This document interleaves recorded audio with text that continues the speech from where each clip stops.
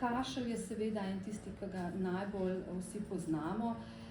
Kašljajo kadilci redno običajno, imajo nek svoj kadilski kašelj. Zdaj, če se pri kadilcih spremeni, je to nek alarm, pa težko dihanje, bolečina v prsnem košu, krvavkasti izplunek, pljučnica, ki se ne pozdravi ali pa se ponavlja, hripavost, hujšanje, slabo počutje, utrujenost in tako naprej. To so taki znaki, na katere je potrebno biti pozorni, in vkolikor trajajo dlje kot 3 tedne in jih ne moremo pripisati drugemu medicinskemu zdravstvenemu stanju, je res potrebno se posvetovati z zdravnikom.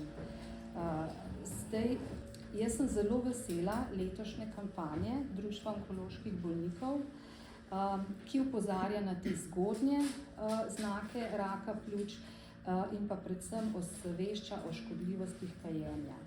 Na Onkološkem inštitutu podpiramo vse tovrstne kampanje, tako kot tudi današnjo, kjer je dim, tam je tudi pljučni rak, zelo povedno, bi rekla, zelo v redu, in smo veseli, da z društvom zelo dobro sodelujemo in želimo tako tudi naprej.